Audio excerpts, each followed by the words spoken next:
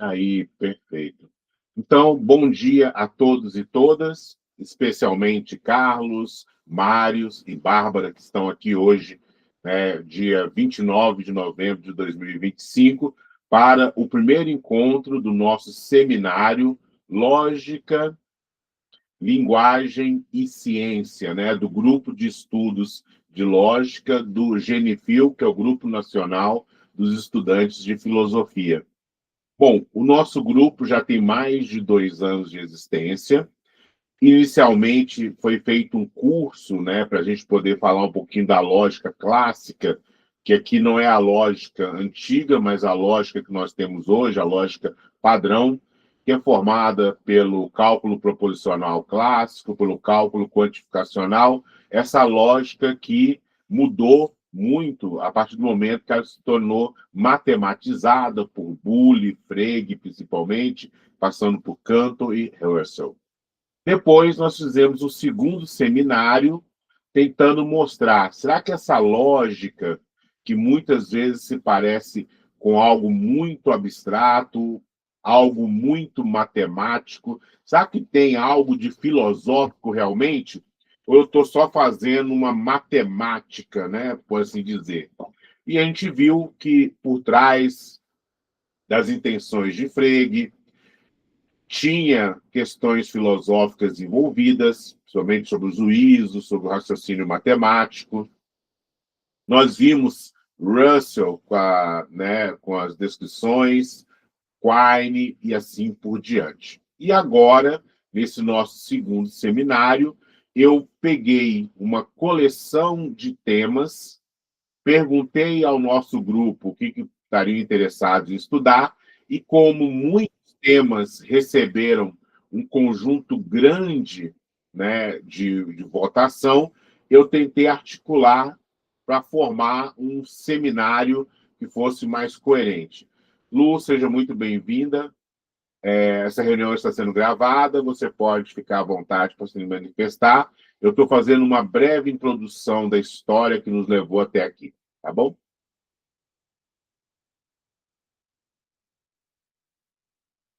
Ah, perfeito. Bom dia para você também.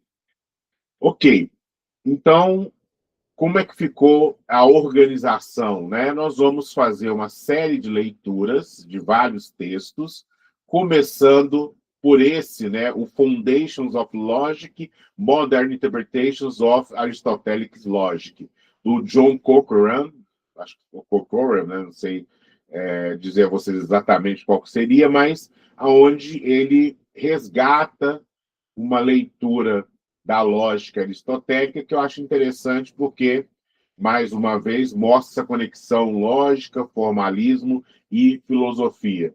Nós vamos depois passar pela filosofia da linguagem, vamos, então, passar por alguns elementos da própria lógica e filosofia, no livro da Stephen Head, e terminaremos falando um pouco sobre a lógica que está envolvida, por exemplo, nas questões atuais da mecânica quântica, Então, essa é a ideia. Edson, seja muito bem-vindo. Estou só fazendo uma introdução histórica aqui, que a gente fez antes. Então, estamos para começar propriamente agora.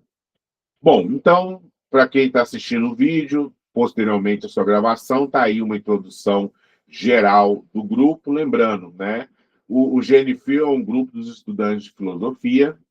Eu sou o Júlio César da Silva, sou doutor em filosofia pela UFMG, especialmente estudando o filósofo Quine e a teoria de conjuntos FC.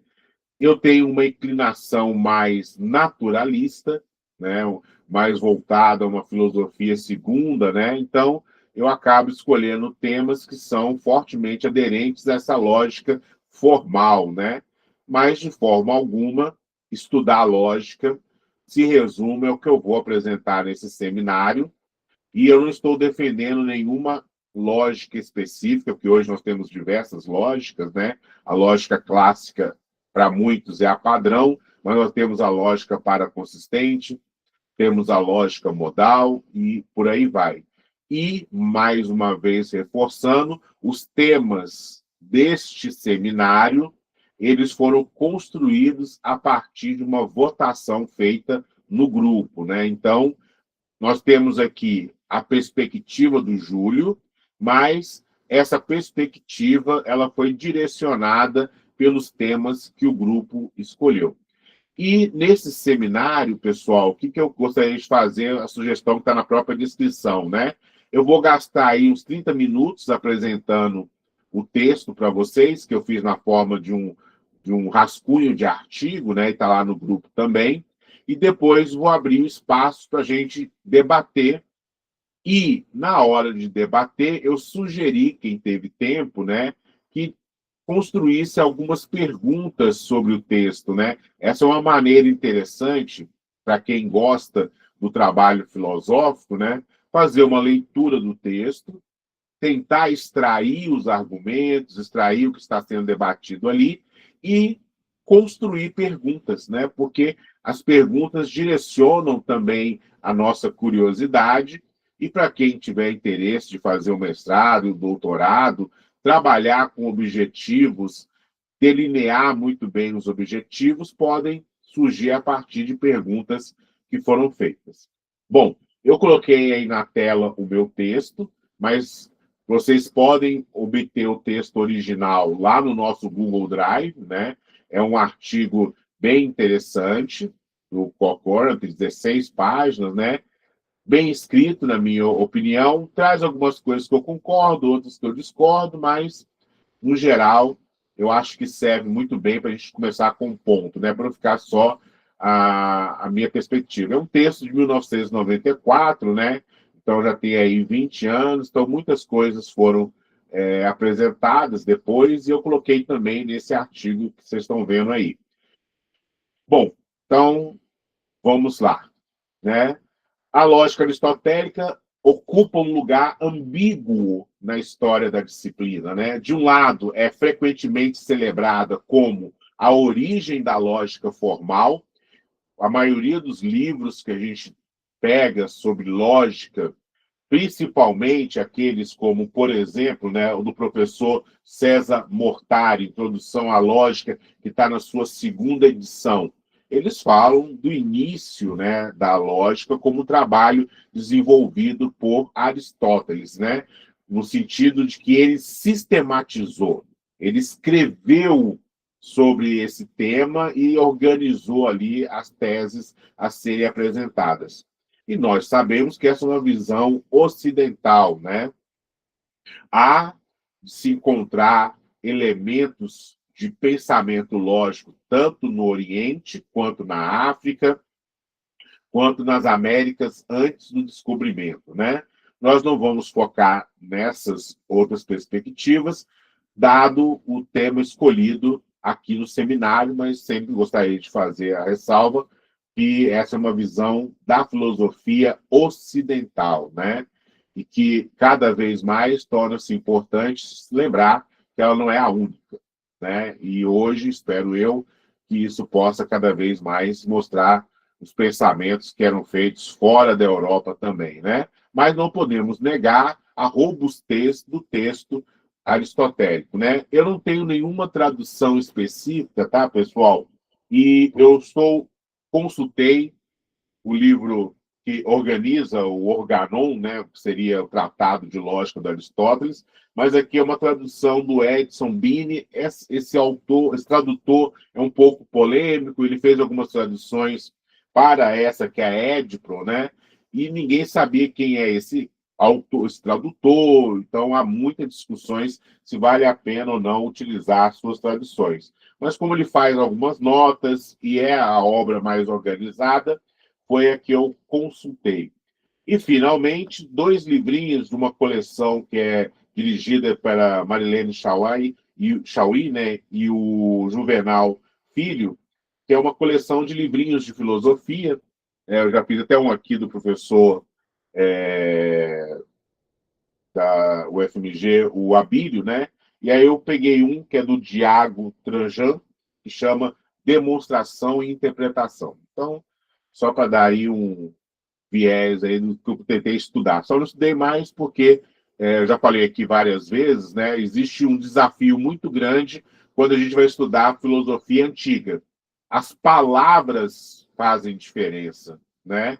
Então, eu não sou um especialista em Aristóteles, então não gostaria de ser visto neste vídeo como defender uma posição aprofundada sobre isso. Tanto que eu não vou fazer nenhuma leitura direta e total do texto do Aristóteles, vou fazer essa leitura por meio do artigo, né?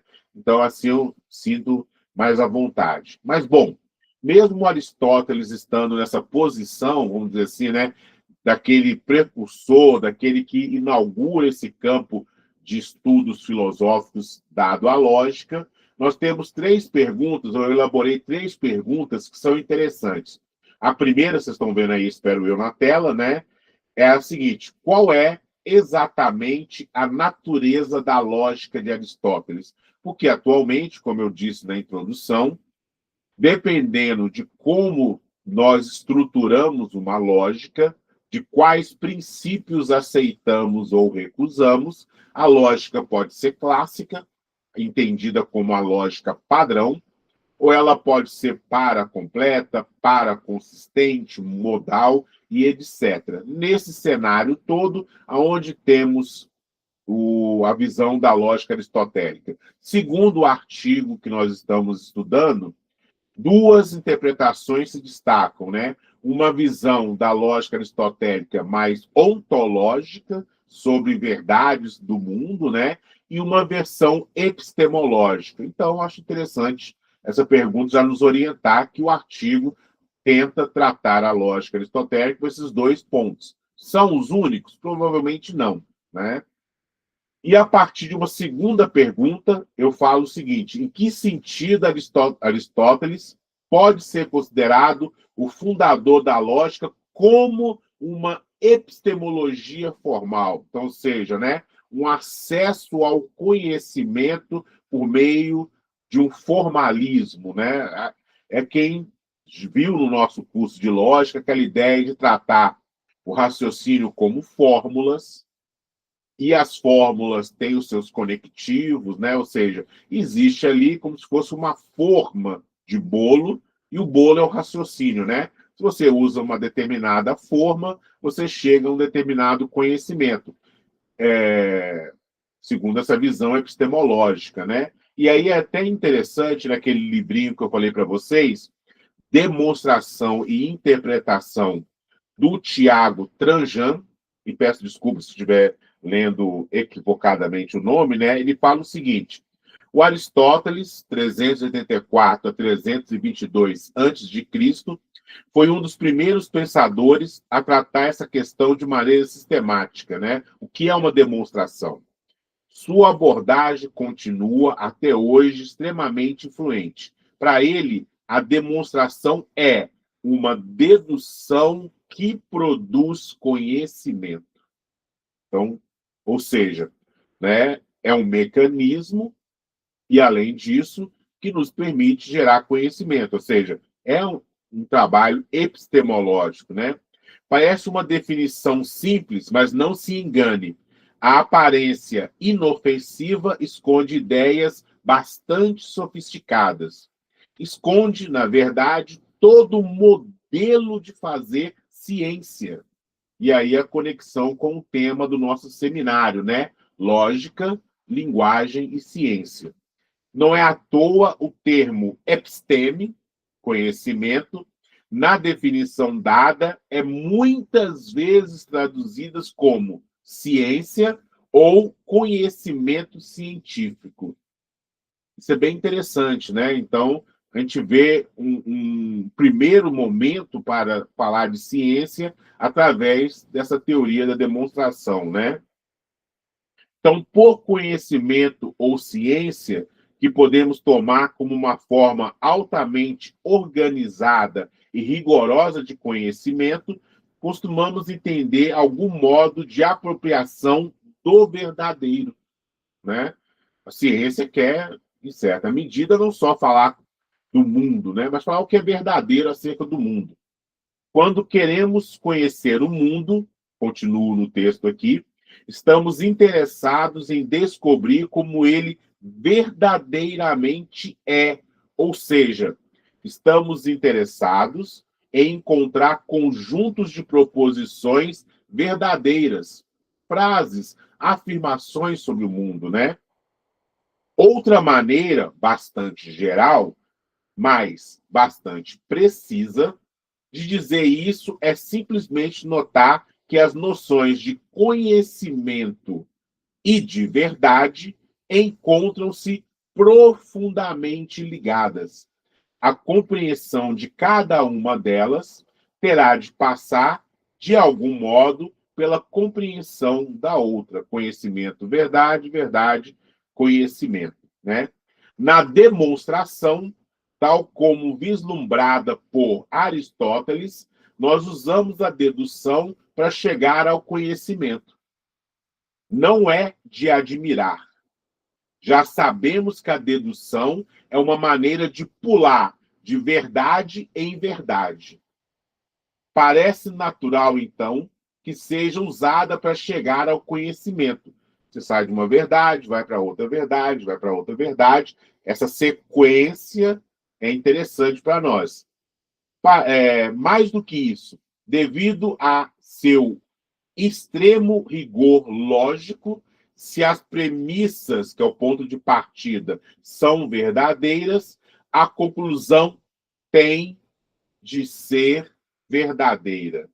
Ela surge como maneira privilegiada de chegar ao conhecimento mais qualificado que há. Um conhecimento que pode ser chamado, entre aspas, ciência. Então, vejam, né? O trabalho aristotélico epistemológico com o organon seria essa perspectiva que eu estou trazendo aqui para vocês, mais uma vez, lendo o livro Demonstração e Interpretação, do Tiago Tranjan, eu vou depois colocar isso lá no nosso grupo, né? Da coleção dirigida pela Marilene Chauí e o Juvenal Salvian Filho.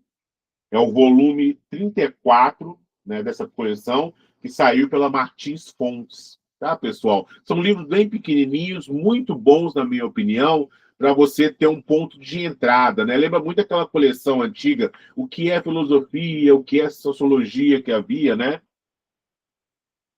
E mesmo sendo de introdução, é uma boa introdução. Por quê? Que traz boas referências para vocês.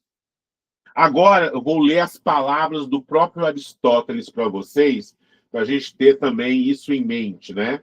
E, mais uma vez, estou aqui seguindo a tradução do Edson Bini, da Edpro, na sua terceira edição, e, claro, vocês já sabem, não falo grego antigo, eu tenho alguns conhecimentos e estudei algumas coisas na graduação, mas não sou um praticante da leitura do grego antigo, né? Então, não farei comentários aqui sobre elementos das palavras, deixo isso para os especialistas.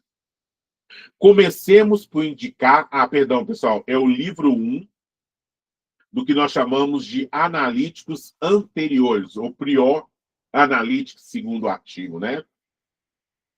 O Organon, ele é uma coleção mais ou menos o seguinte, né? Do livro Categorias da Interpretação, analíticos anteriores, livro 1 e livro 2, e os analíticos posteriores, livro 1 e livro 2. Aí termina com tópicos que são divididos de livro 1 ao 8. E ainda temos as refutações sofísticas, né?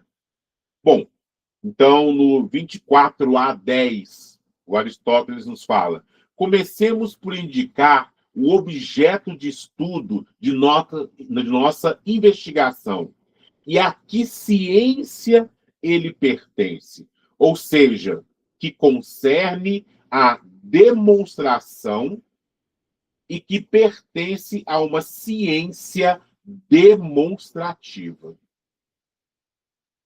Em seguida, nos cabe definir o significado de premissa, termo e silogismo. E aí uma nota, né, pessoal?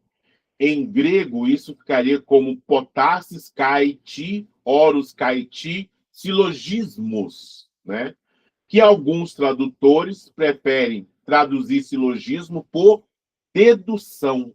o que é perfeitamente cabível, já que silogismos significa genericamente raciocínio e, por extensão, conclusão deduzida a partir de premissas. E distinguir entre um silogismo perfeito e um imperfeito. Depois, necessitaremos explicar em que sentido diz estar ou não um termo inteiramente contido no outro e o que entendemos por ser predicado de todo ou de nenhum. Aqui é aquela questão da quantificação, né? Bom, então, usando essas referências, eu acredito que nós estamos, em certa medida, no terreno comum ao que o artigo propõe, ao que tudo indica, algumas outras obras propõem, né? Eu gostaria de destacar essa introdução que eu acabei de fazer, porque é muito importante, acredito eu, no estudo filosófico, nós termos uma lastreabilidade, né? Da onde essas ideias estão sendo retiradas. Elas podem ser retiradas da minha própria mente, né? Eu li e achei que é assim, e aí basta que eu argumente, é claro, ou eu posso estar, ao explicar da onde essas ideias surgiram, mostrando o texto para vocês, né?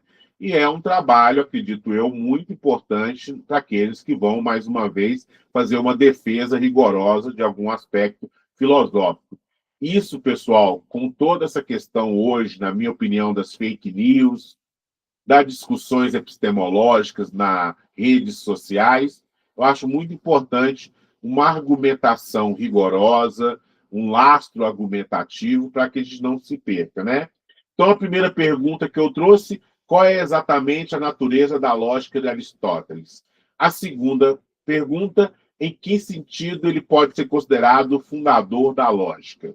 E a terceira pergunta que vai orientar o meu texto é que, na lógica contemporânea, nós temos o CPC, que é o cálculo proposicional clássico, por exemplo, A e B, sendo A e B proposições, e um conectivo lógico, A e B só pode ser verdadeira como proposição composta se a proposição A for verdadeira e a B for verdadeira. E o cálculo quantificacional vai nos dizer que, para todo x e para todo y, AX e BX. Eu estou dizendo, segundo essa parte, que alguma coisa é A, outra coisa é B, dentro de um conjunto que é o nosso universo do discurso.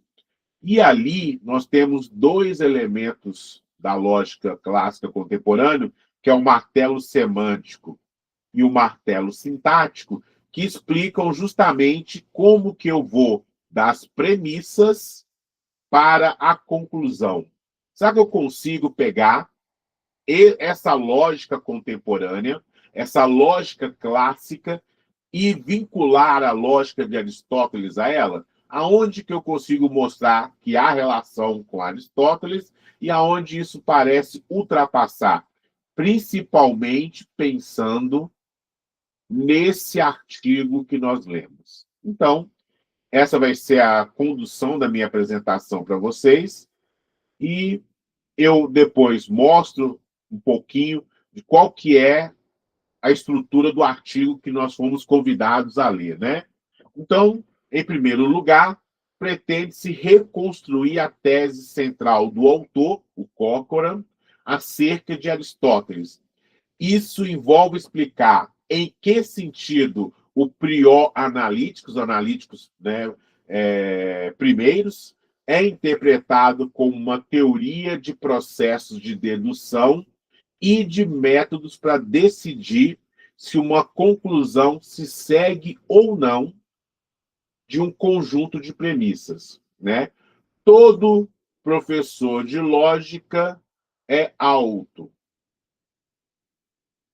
Todo mundo que é alto gosta de chocolate.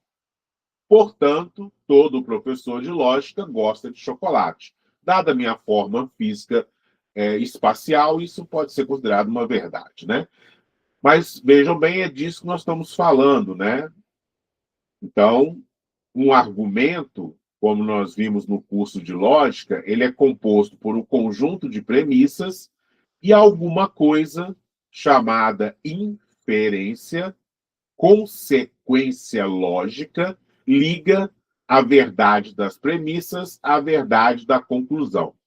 Na lógica clássica, a lógica contemporânea, nós não precisamos necessariamente que tudo que esteja nas premissas também esteja na conclusão, né? A única coisa que nós solicitamos é que, se as premissas forem verdadeiras, então a conclusão também vai ser. Isso não diz que o que está nas premissas, ou seja, eu estou falando de chocolate nas premissas, e aí a conclusão, de repente, fala sobre a Lua. Eu posso construir um argumento válido dessa maneira.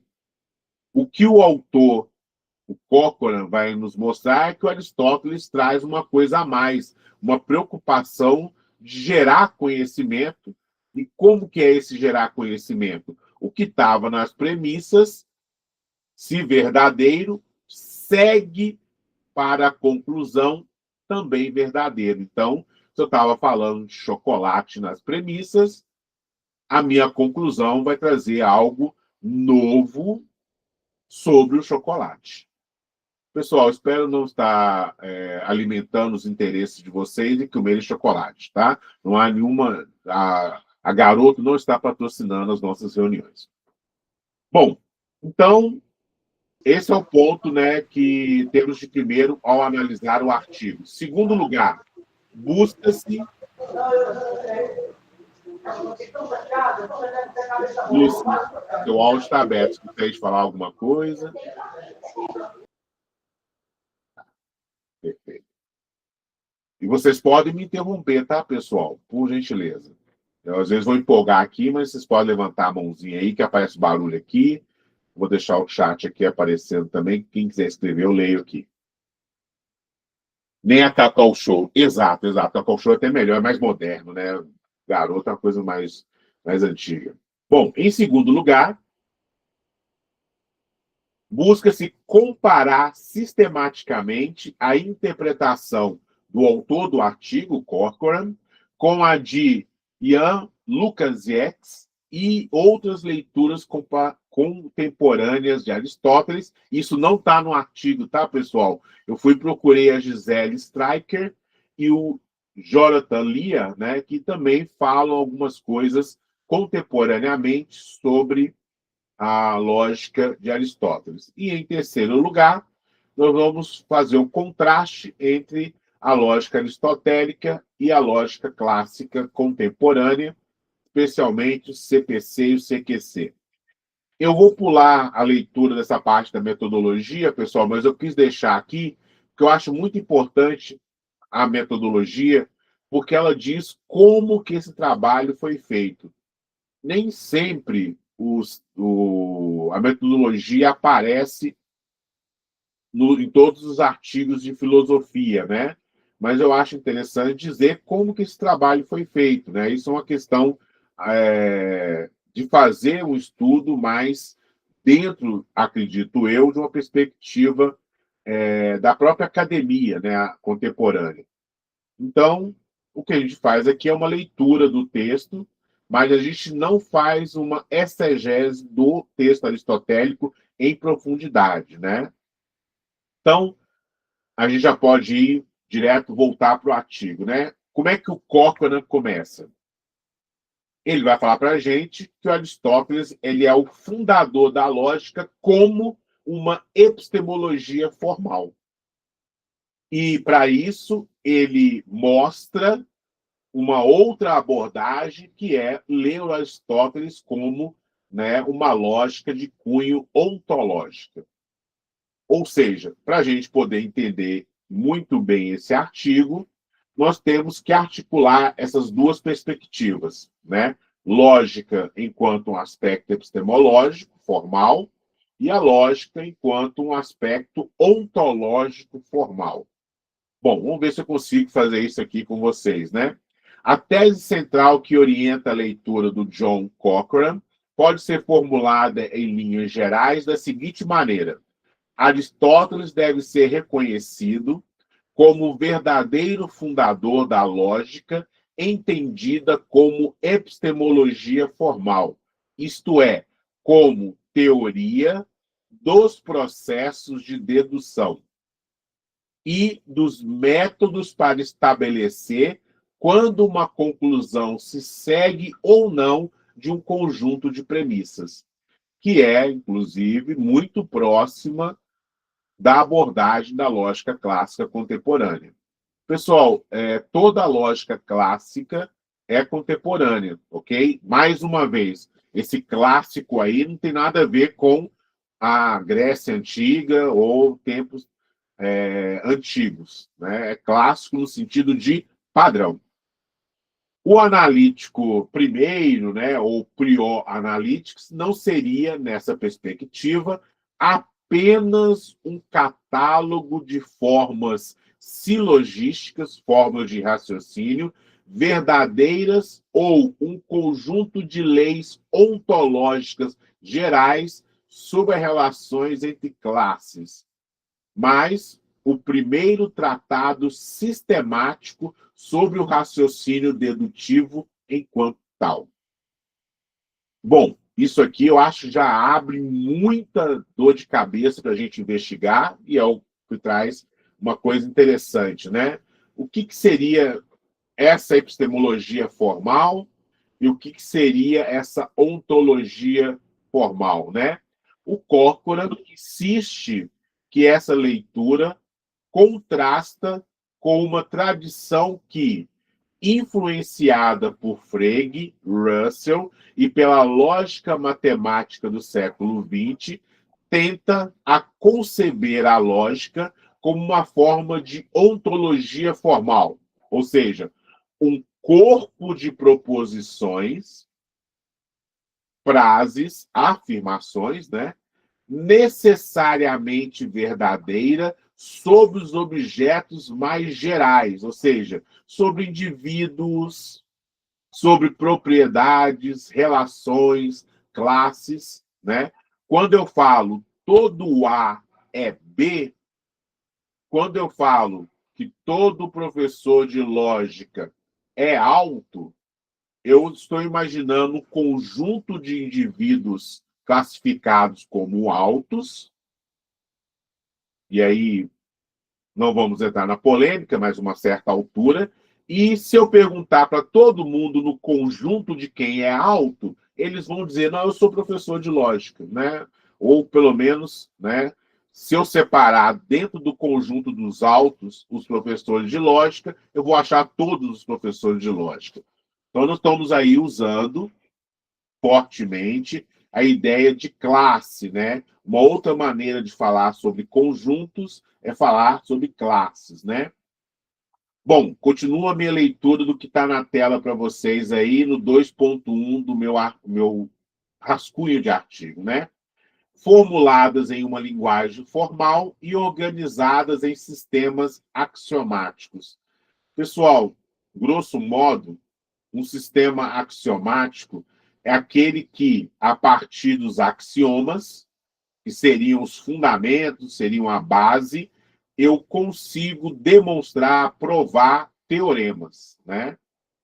E aqui o que o Corcoran está dizendo é que, para um grupo de estudiosos, o Aristóteles acha esses fundamentos e eles são sobre o mundo e, portanto, uma descrição ontológica do que é verdadeiro no mundo. E a partir dessa descrição ontológica do que é verdadeiro no mundo, Aristóteles teria nos mostrado o que se segue. É por isso que é uma abordagem, segundo o autor, ontológica formal.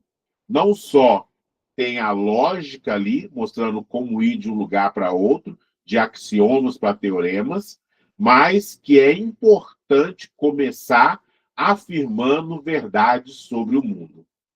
Nessa abordagem, continua a leitura, a ênfase recai sobre leis lógicas do tipo princípio de não contradição, lei do terceiro excluído ou esquemas gerais de implicação. E o papel da lógica enquanto norma, atenção, o papel da lógica enquanto norma. Ela está dizendo como o raciocínio efetivo é feito, né? Mas, nessa abordagem, esse papel da lógica enquanto uma norma para o raciocínio efetivo é relegado a segundo plano.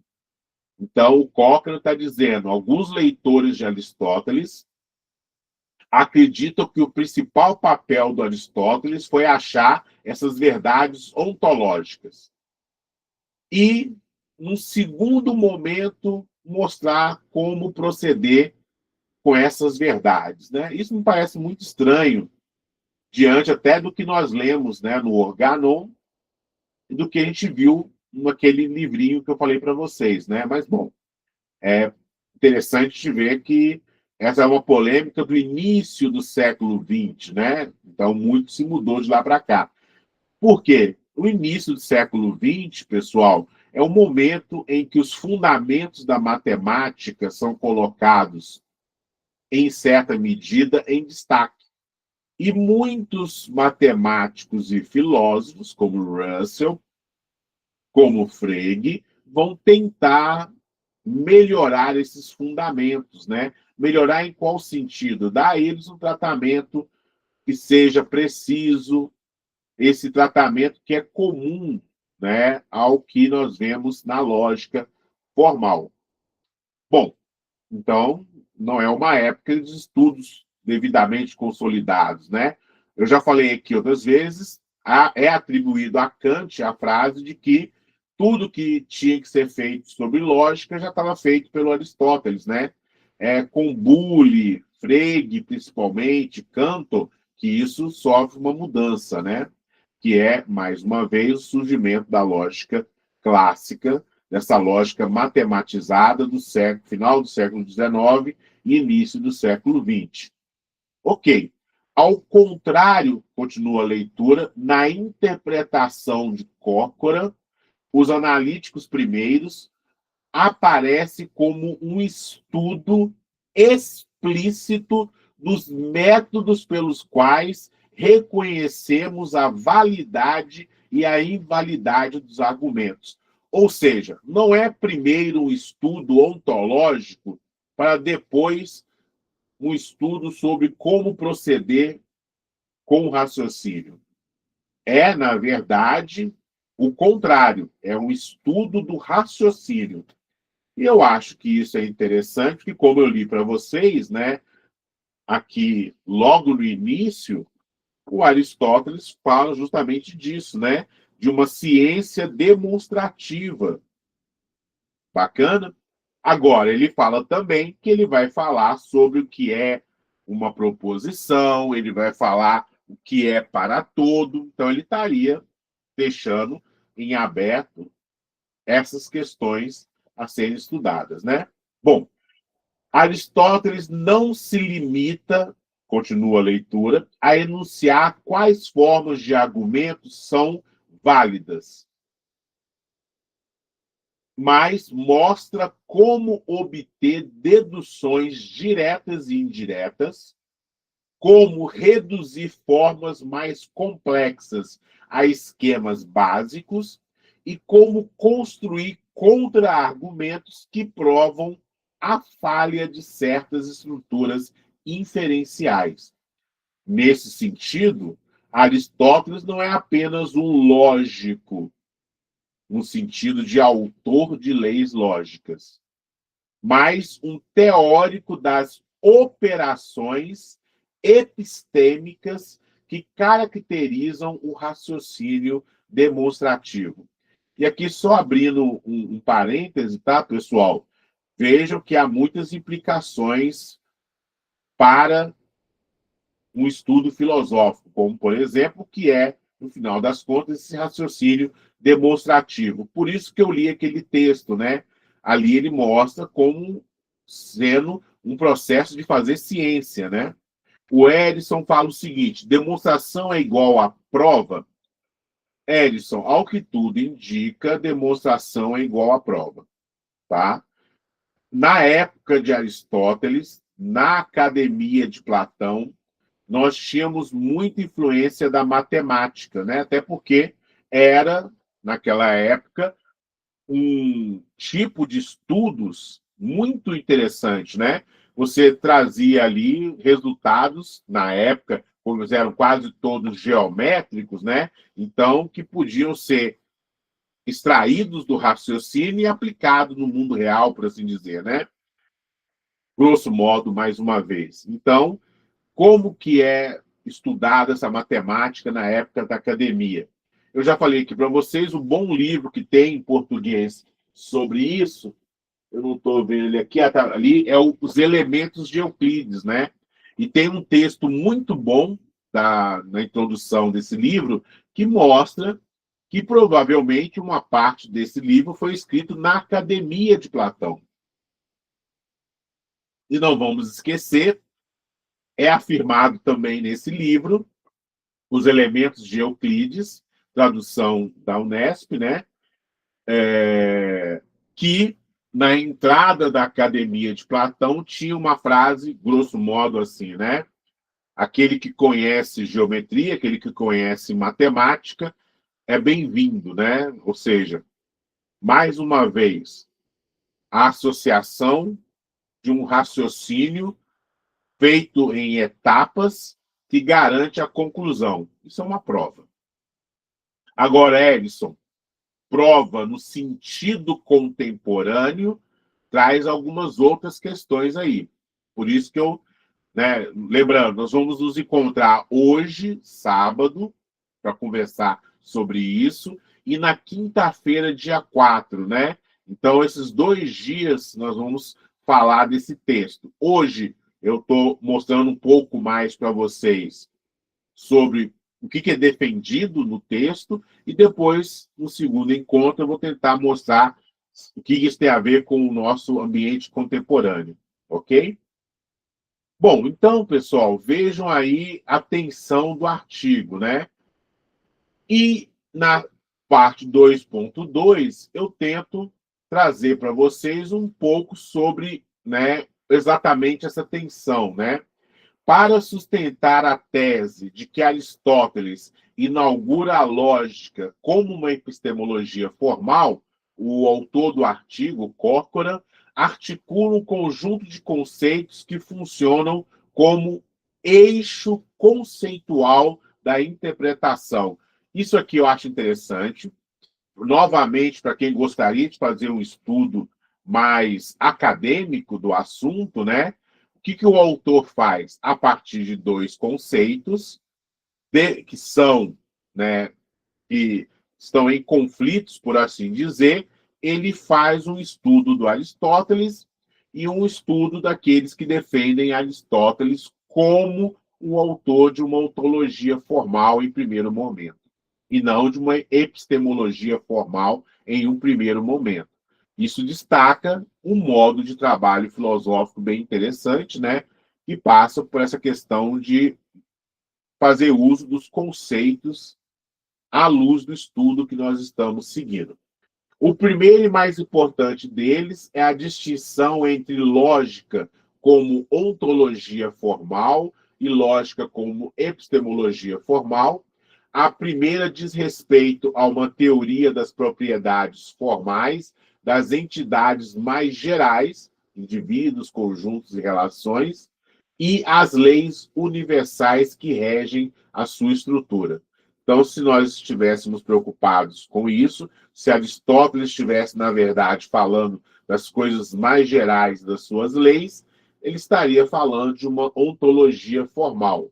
Agora, me parece, abrindo um parênteses aqui, que Aristóteles trabalha isso no conjunto de textos que chegou até nós como nome de metafísica, né? Lá, inclusive, na metafísica, ele fala sobre o princípio da não contradição, fala, né, sobre ser e não ser.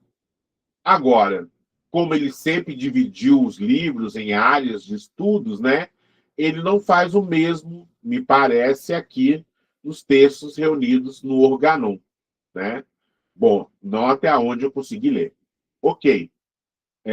A segunda, ou seja, a lógica como uma epistemologia formal, diz respeito a uma teoria de processos de dedução, isto é, dos passos inferenciais, aí a prova, né?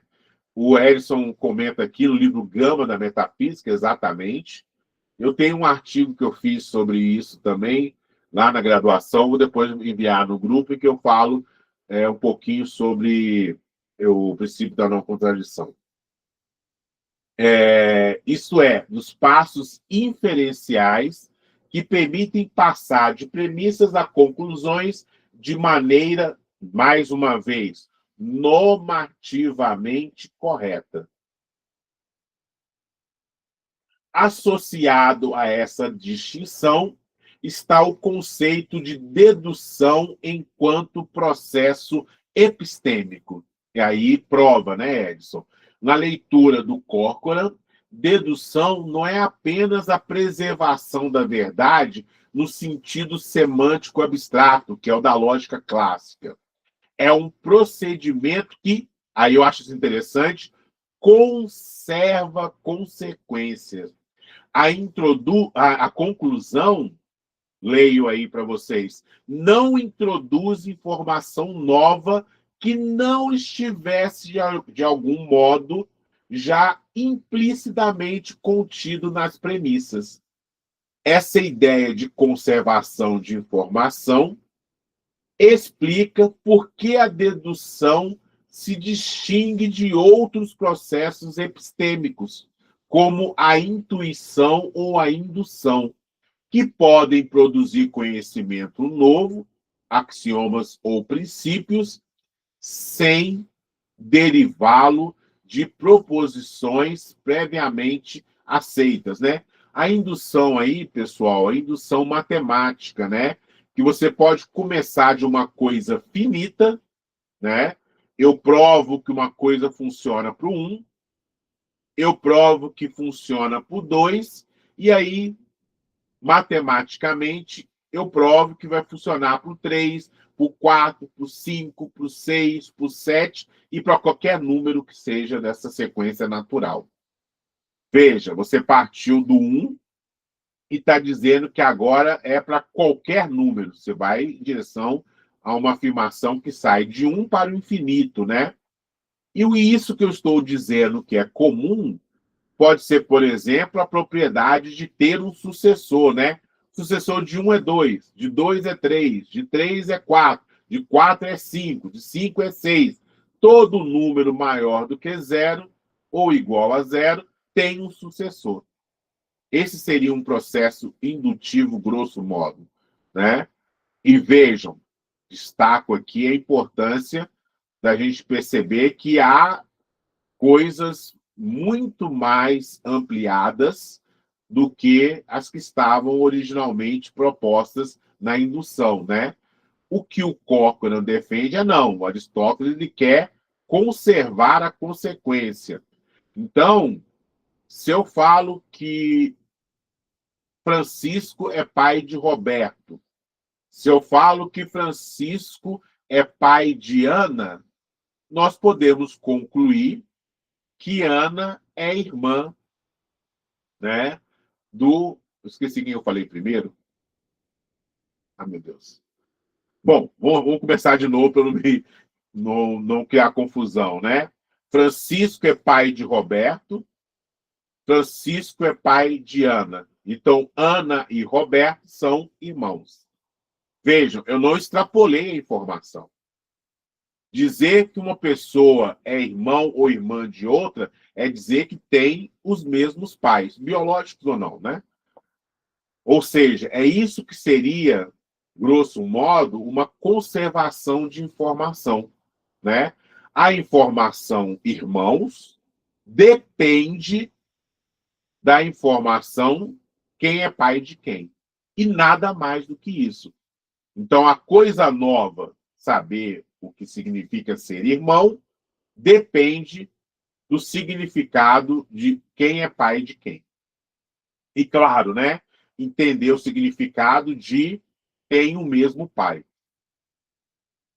Dúvidas? Alguma coisa que eu falei até agora ficou muito obscuro ou obscura para vocês?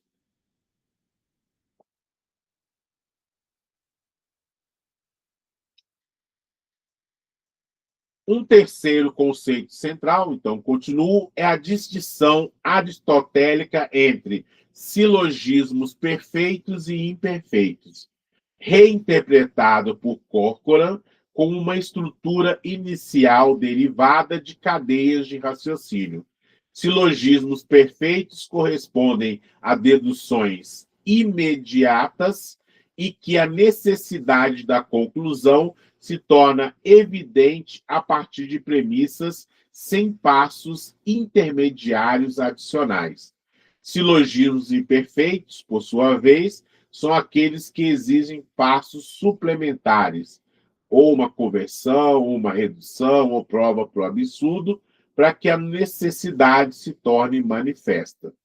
Essa distinção, familiar em contextos axiomáticos, como aquele que relaciona axiomas e teoremas, é aqui aplicada às próprias cadeias de inferência e não apenas às proposições. Então, se Aristóteles faz essa distinção, e para que a distinção funcione, nós temos que entender o passo a passo para chegar à conclusão. Tem passo a passo que seria o silogismo perfeito, nada precisa aparecer no meio do caminho, e aquele que é imperfeito, o passo a passo traz alguns elementos no meio do caminho que são interessantes. Bom, isso aí não é uma teoria sobre a ontologia do mundo. Falar de silogismos perfeitos e imperfeitos, na verdade, destaca uma preocupação, mais uma vez, segundo Corcoran, com o processo normativo, como nós devemos raciocinar passo a passo para conservar a consequência. Esse é interessante. Então vejam, a partir desses conceitos, ontologia, epistemologia e silogismo perfeito e imperfeito, o Corcoran consegue articular um argumento para bater de frente com a visão de que o Aristóteles é um defensor, né, de uma questão ontológica. Para fechar a minha exposição, pessoal, eu chamo a atenção o item 2.3, aonde eu tento mostrar para vocês como que o Corcoran faz isso, né? Faz o quê? Como é que ele argumenta depois que ele levanta esses conceitos? Resumindo aqui, para a gente abrir espaço para o debate, né? Em primeiro lugar, ele vai falar que existem duas tradições de leitura de Aristóteles, a leitura ontológica e a leitura epistemológica. Depois, né, ele faz uma construção, o que é ser uma leitura ontológica, e depois o que é ser uma leitura epistemológica. E, finalmente, feito esses passos, feito essa distinção, ele conflita, ele faz um choque entre elas e mostra que, segundo o texto de Aristóteles que ele está lendo, é a leitura epistemológica que se destaca, né?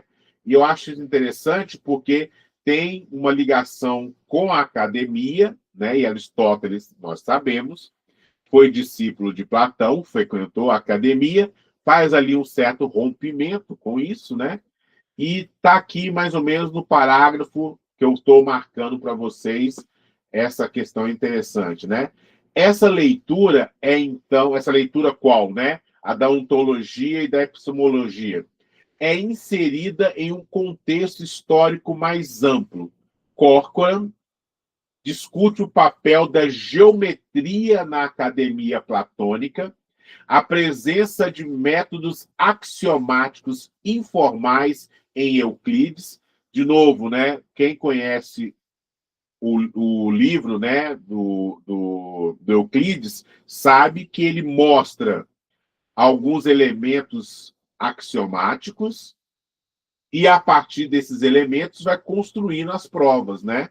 E isso, com certeza, estava influenciando a academia. Tanto na matemática antiga, quanto de autores mais contemporâneos, como Hilbert, né? As regras de dedução permanecem, em grande medida, tácitas, né? Qual que é o grande ponto dos elementos de Euclides? Mostrar como que essas regras estão lá. Elas vão garantir que esse é um livro com conhecimento válido, né? Por quê? Porque tem um passo a passo que nos leva a ter esse conhecimento. E é nesse contexto que a inovação aristotélica se destaca. Os analíticos primeiros explicitamente tematiza a tecnelogique, né? A técnica de raciocínio, subjacente aos métodos de prova empregados em outras disciplinas, né? Então, pessoal, para encerrar a minha fala longuíssima, né? É nesse sentido, e aí eu faço depois umas outras apresentações que eu vou deixar para um segundo momento do nosso encontro, mas esse é o ponto principal e interessante, na minha opinião, desse texto que nós fomos convidados a ler. O que, Júlia, exatamente? Exatamente, eu estou dizendo para vocês que, a partir desse trabalho do Corcoran, nós somos, né, possibilitados a olhar para o trabalho de Aristóteles de uma maneira bem interessante, né?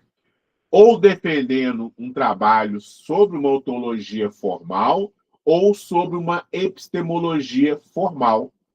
E isso traz também como consequência que, se o trabalho filosófico se debruça sobre as obras filosóficas, nós temos que nos debruçar sobre a lógica formal, né?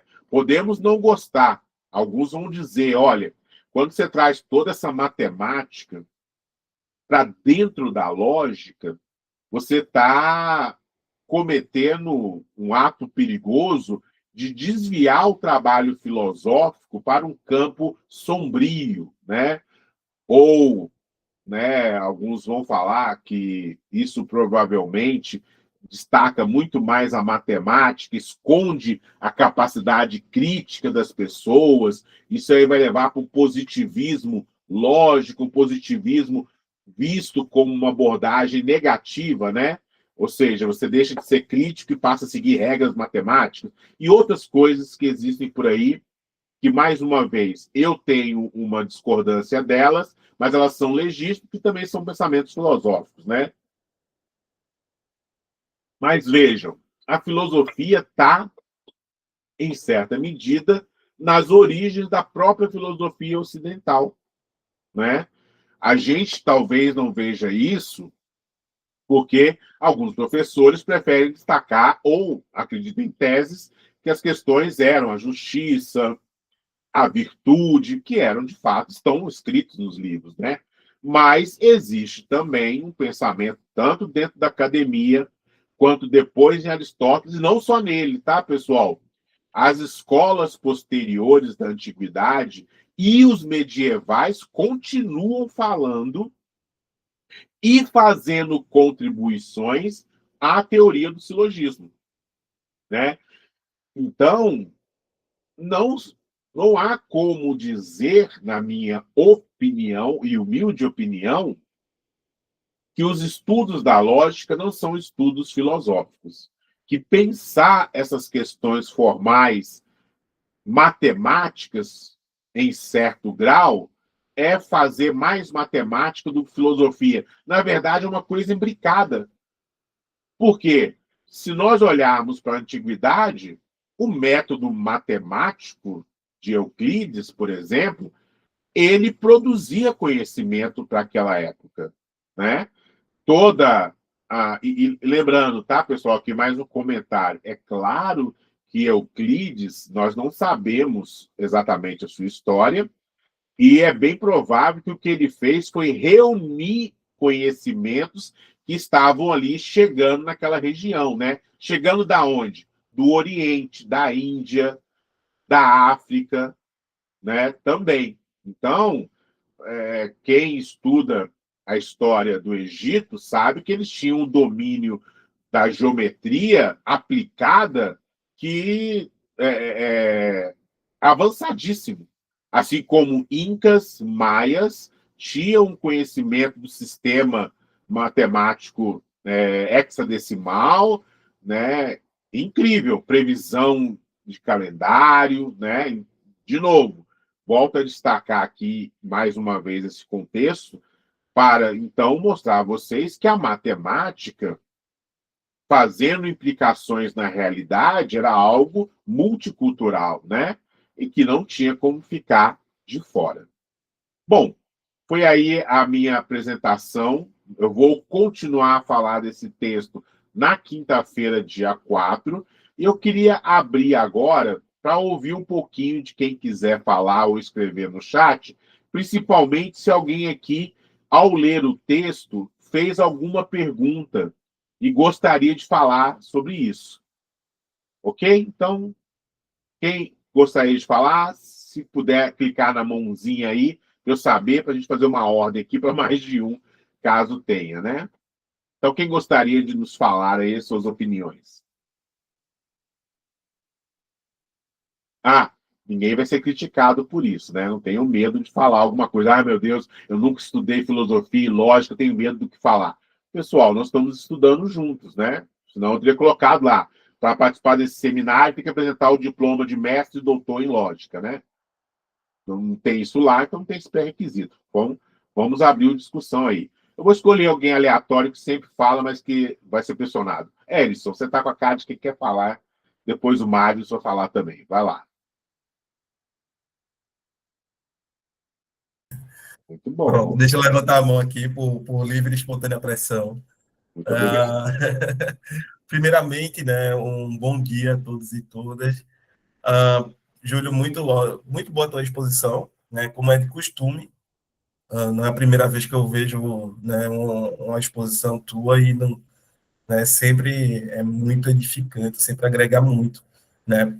E, assim, são coisas que a gente sempre fica se perguntando quando está lendo o texto, né? Porque, principalmente né, quando ele vai falar ali da questão da lógica, né, se uma epistemologia formal e uma ontologia formal, porque geralmente se atribui aos antigos, né, a prioridade é ontologia, não que eles não façam epistemologia, mas o ponto central da reflexão deles sempre é a ontologia, né, sempre buscar definir os objetos, sejam eles objetos abstratos, né, ou objetos físicos.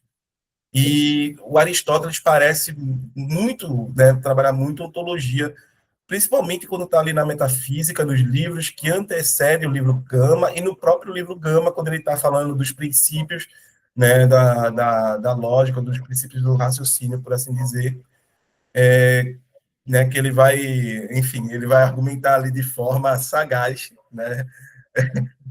Chega um momento que ele diz que, olha, você não pode pedir para a gente demonstrar um princípio, né? Porque aí teria que ter um princípio para o princípio, e isso geraria uma redução ao infinito, né? E aí tem um momento que parece que ele se aborrece, eu não sei como é, que ele diz, olha, é questão de educação, você saber onde perguntar, né? Então, eu fiquei curioso, porque no meio do texto, ele atribui ao Aristóteles, né, a epistemologia formal, né?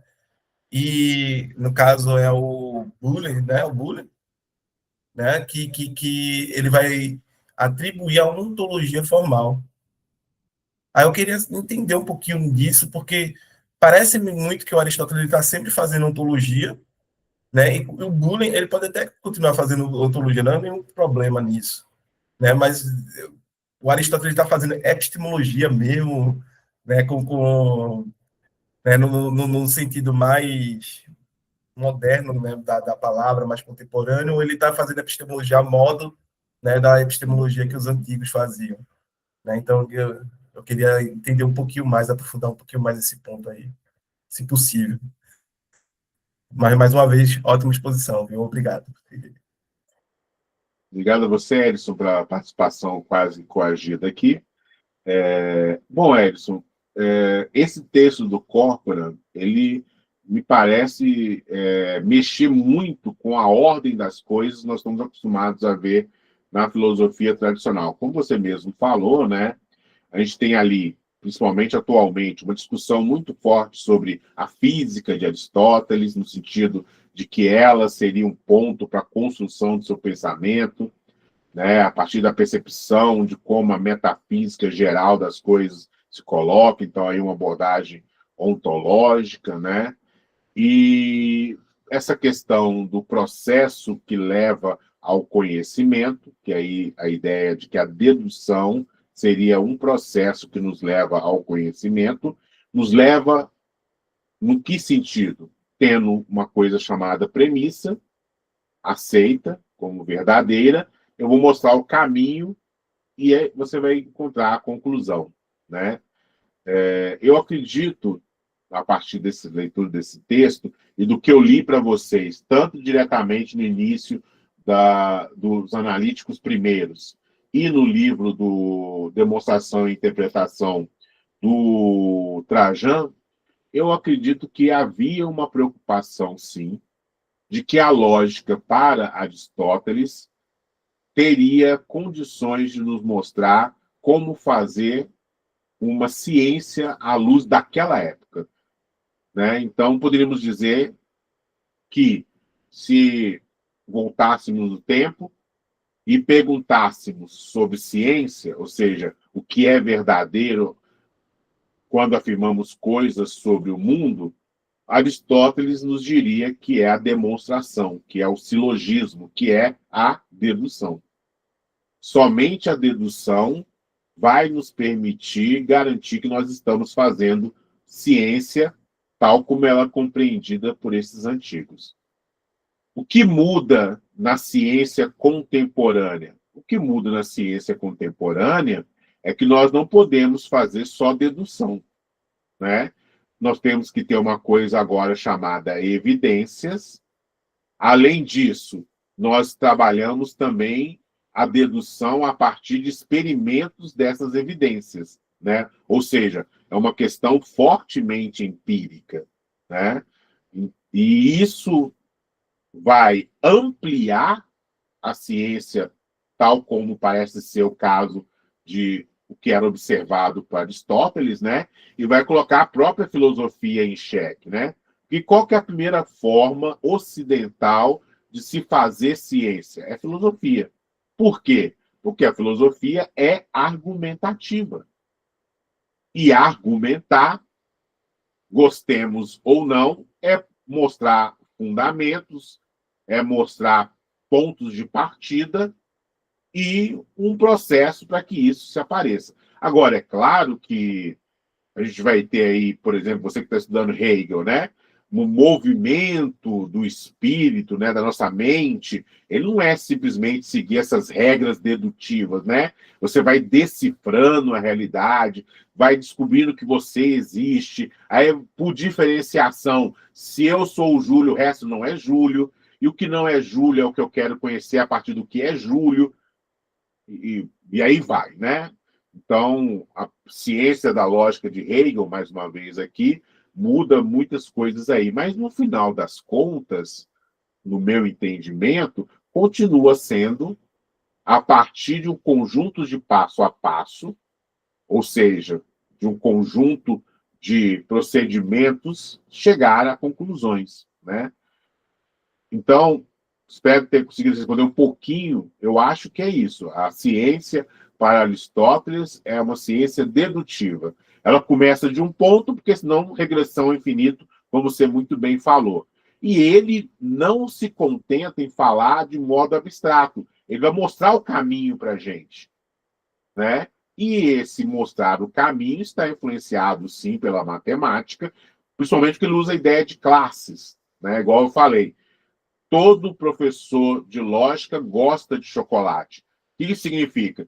Se eu imaginar um conjunto de pessoas que gostam de chocolate, lá dentro tem um outro conjunto totalmente daquelas pessoas que são lógicos, né? Ou professores de filosofia, assim vai. Isso é uma visão coerente com o aspecto matemático, não é propriamente, exclusivamente, só da linguagem ordinária, né? Quem mais? Só para complementar, Júlio, né? As pessoas geralmente, né, elas ficam perguntando, né, de onde vem então o princípio, né? Não, como é que se chega então a esse princípio aí, né? Já que tudo parte do princípio. É você entender que ele é intuitivo, né? E aí o princípio ele não é demonstrado porque você aprende através de uma intuição, né? Uma intuição é exatamente aquilo que você consegue conhecer ou apreende sem um raciocínio demonstrativo, né? Só para ficar pontuado aí, ok? Mas muito bom, mais uma vez. Obrigado, Júlio. Obrigado a você, Edson. Mários, vai lá, estreando aqui. Bom dia, Bom dia. professor e demais colegas.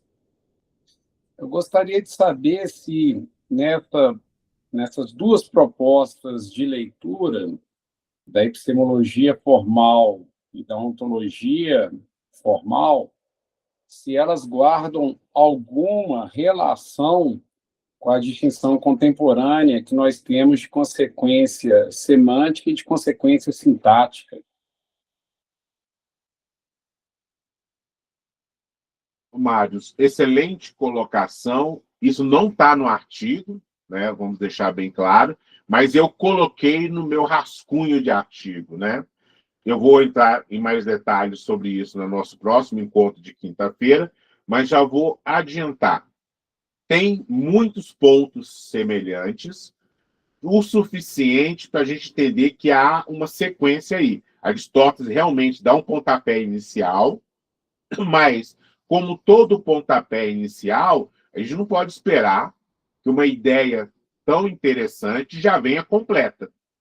É por isso que se atribui ao Whitehead, né? Russell e Whitehead, que escreveram o Princípio à Matemática, a frase, né? Toda a filosofia é uma nota de rodapé de Platão. Né? Como assim? O Platão traz a tese gigantesca e aí a gente tem que começar a explicar aquilo ali. Né? Não está tudo explicado ali. Mas, bom, isso aí é o que uma nota de rodapé faz, né? Então, isso é interessante trazer aqui. Agora, Aristóteles não faz um processo de dedução como nós temos atualmente.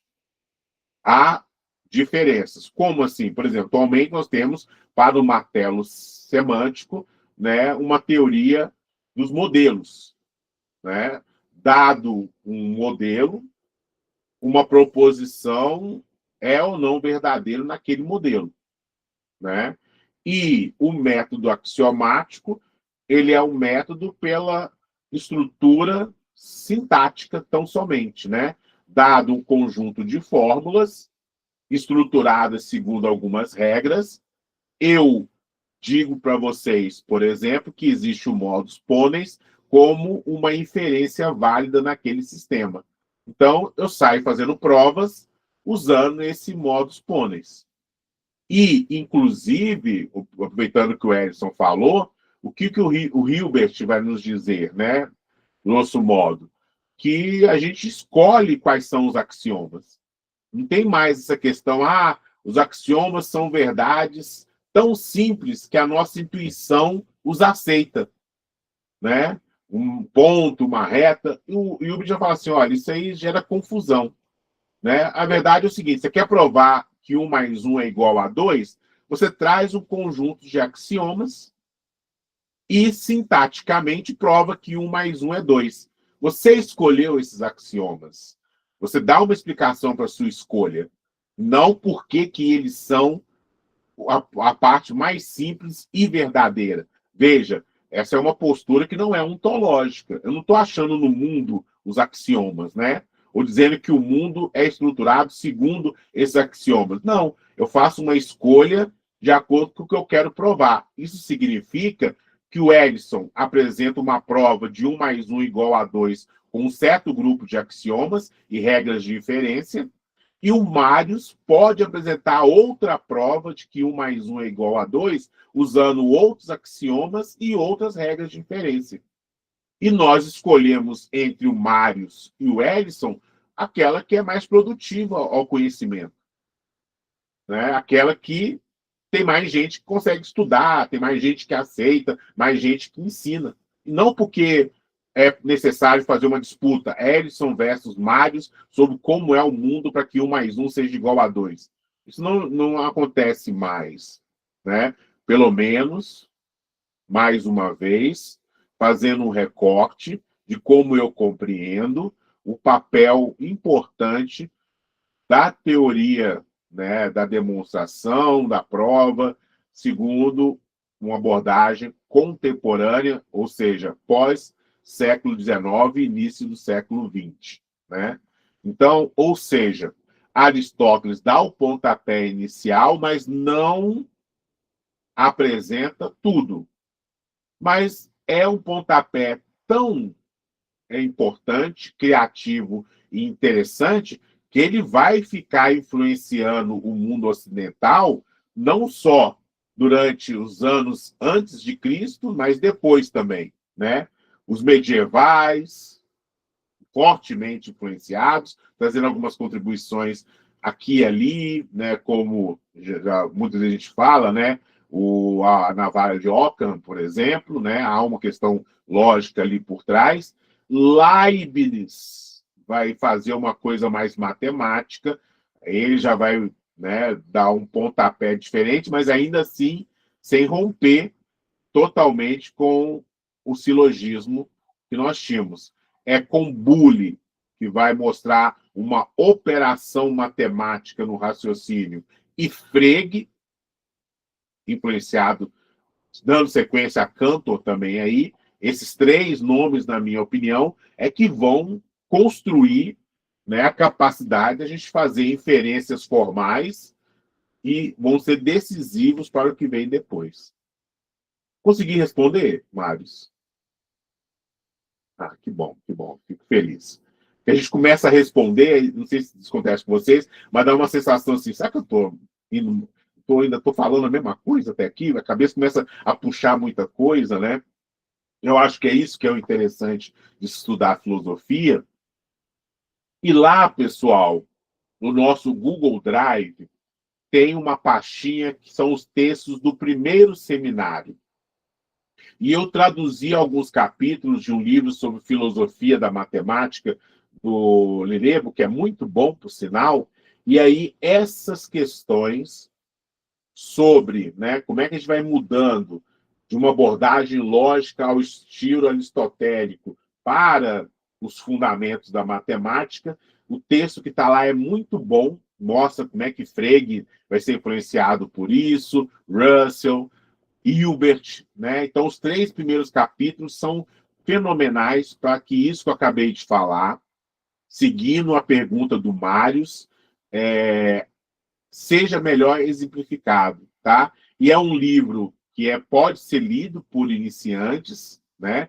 É claro, tem que ter um pouco de paciência, dependendo do tanto que você já leu sobre filosofia ou sobre, né, essas questões, mas é um bom livro, e mostra, mais uma vez, né, a minha posição de que não só é importante estudar Foucault, não é só importante estudar Kant, mas é importante estudar filosofia da matemática e filosofia da lógica, e lógica propriamente dito, né? Acho que isso aí nos traz uma visão da história da filosofia de uma maneira interessante e justificaria levar, né, para o ensino médio o estudo da lógica, né? Já acontece, já tem livros assim em Portugal, e nós ainda não temos aqui no Brasil, né, onde a filosofia apresentada no ensino médio, ela é exclusivamente uma abordagem histórica, por vez, dependendo do professor, com alguns conceitos, e também marcado pelos nomes famosos, né? Eu acho que essa é uma abordagem que deve ser feita assim, mas não poderia ser a única. Eu acho que deveria abrir espaço para a gente falar um pouquinho dessas questões de lógica, por exemplo, e isso aumenta a percepção, acredito eu, de como os estudos da filosofia promovem o raciocínio crítico, né? E, mais uma vez, não estou dizendo que a filosofia tem algum objetivo assim, né? Isso entraria em confronto com muitas visões. Eu entendo que a filosofia é o estudo do conhecimento pelo conhecimento, né? Mas eu acho interessante perceber que isso traz consequências positivas, né? E trazer consequências positivas, eu acho que não há problema nenhum da gente usar esse argumento para justificar o contínuo estudo filosófico no ensino médio, né? E o Edson falou aqui no site, contribui muito para o desenvolvimento cognitivo dos alunos, com certeza, né? Mais uma vez, é claro que o ensino médio, o ensino fundamental no Brasil tem uma série de questões que precisam ser abordadas. Uma delas é sobre o próprio papel do professor e da professora, e ainda mais na área de filosofia, que enfrenta, né, sempre, constantemente, a seguinte palavra: para que serve isso, né? E só contando uma historinha interessante, eu estou com um problema no joelho, né? Preciso perder peso aí, como vocês já sabem, mas tive que ir lá no ortopedista, e há sempre algumas anedotas entre médicos de que o ortopedista seria aquele médico mais abstrato, quer dizer, mais prático e menos ligado a todas as outras áreas da medicina. Por exemplo, tem um meme famoso que é um ortopedista, ele chega para um anestesista e fala: olha, eu preciso que você anestesia essa paciente aqui, que eu tenho que consertar o osso dela que está quebrado, né? E aí o anestesista: tá, mas consertar quem? Aí ele fala: o osso. Aí o anestesista: mas o osso de quem? Do fêmur. Não, mas quem que é o paciente? Ah, essa senhora de 90 anos aqui. Não, mas essa senhora de 90 anos está sem batimento cardíaco. Por isso mesmo que quando eu consertar o osso, não vai nem sangrar direito. Ele não está nem preocupado se a pessoa está viva ou não, né? Mas aí é engraçado, contando isso para vocês, mais uma vez, quem está assistindo esse vídeo, ortopedista não é assim todos, tá, pessoal? É só uma anedota. E eu fui no ortopedista, então, nessa semana, e durante a consulta ele me perguntou o que eu fazia, acabei cometendo o erro de falar de filosofia, de matemática, de computação, e a partir daí tudo que ele falava era: não, mas como eu sou concreto, você tem isso no joelho. E eu ficava assim, cara, mas... aí eu perguntei para ele por que a dor é desse jeito. Ah, quando você dobra o joelho, aumenta a área. Eu falei assim: então você aplica uma força maior, aí um vetor sobre uma área menor, daí a dor, né? Isso aí é matemático, né, não? Aí ele parou, viajou para outro plano de existência e voltou, né? O Luci, está tudo bem, eu olhei a tempo. Então, vejam, né? Ok, eu entendo o que ele está querendo dizer. De fato, muitos dos pensamentos nossos são puramente abstratos, sem aplicação, tal como a ortopedia é. Mas não existe ciência sem matemática na contemporaneidade. Por quê? Porque a gente precisa traduzir tudo o que acontece em conjuntos de elementos matemáticos, modelos, e a partir daí construir teorias. Então, queira ou não, se a gente jogar fora, eu falo isso muito com meus alunos da computação, né? De novo, pessoal, não tive ainda a oportunidade de trabalhar a filosofia propriamente dita da lógica, né? Mas eu leciono nos cursos de ciência da computação, então sempre uma abordagem mais prática. Mas eu digo para eles: se a gente voltar no tempo e aí perguntar para os matemáticos lógicos dessa século XIX e XX para que servia o que eles estavam fazendo, eles não iam dar uma resposta objetiva do tipo: serve para construir casa. E aí, se você pegasse isso tudo e jogasse fora, já que não servia para construir casa, ou para olhar tornozelo e joelho, a gente não teria computador, a gente não teria linguagem de programação, não estaria aqui, por exemplo, fazendo essa exposição. Isso, inclusive, aparece no livro, eu vou depois mandar lá, do Vimy Grewal, que é o seguinte, né? A gente não consegue controlar o que acontece com esse conhecimento trabalhado de forma abstrata. Mas, se ele fosse apagado, a gente apagaria muito do conhecimento, né? Então, parece que, em certa medida, meio que indiretamente, pensar essas coisas abstratas parece levar o nosso conhecimento, muitas vezes, em direção de coisas que depois podem ser aplicadas, né? A tensão entre teoria e aplicação, né? Ninguém constrói casa testando para ver até onde vai, né, pessoal? Vou fazer um prédio aqui de 10 andares e ver o que acontece. Não caiu, então quer dizer que eu posso fazer de 11. 11 não caiu. Ninguém faz isso hoje em dia, né? Tem toda uma matemática para saber qual é o material melhor, qual é a combinação desse material. E, por exemplo, né, quanto mais alto o prédio, maior a base que ele tem que ser construída. Tem um cálculo para isso, né? Então, tipo assim, joga isso fora e vai só uma tentativa e erro. Imagina um avião, então. Eu fiquei pulando aqui até o avião voar. Então, eu sei que ele voa, porque eu tentei várias vezes voar com aviões diferentes. Não tem isso. Hoje em dia é um cálculo, papapá, misturado com a coisa empírica, né? Pessoal, bom, já deu o nosso horário, né? E pergunto mais uma vez, alguma dúvida, alguma consideração que alguém gostaria de fazer?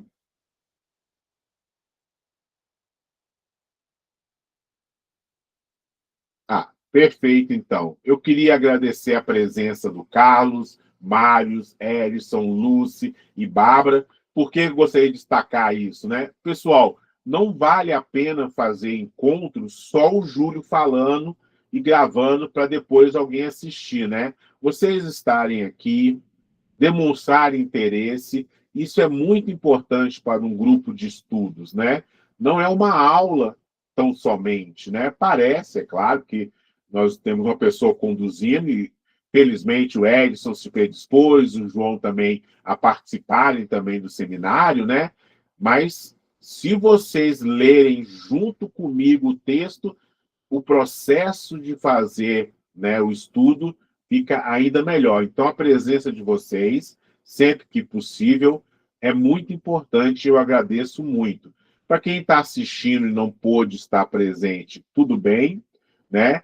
Mas se puder assistir o vídeo e trazer para o grupo lá, através de uma mensagem de texto, o que pensa, o que concorda, o que não concorda, mais uma vez, isso amplia o fazer filosófico, na minha opinião. É uma defesa minha do trabalho coletivo da filosofia para quem a quer estudar como nós. Beleza? Então, muito obrigado mais uma vez, todos e todas. Eu vou parar a nossa gravação, mas eu tenho certeza que tem muita coisa boa nesse seminário, né? Então, fiquem de olho, acompanhem.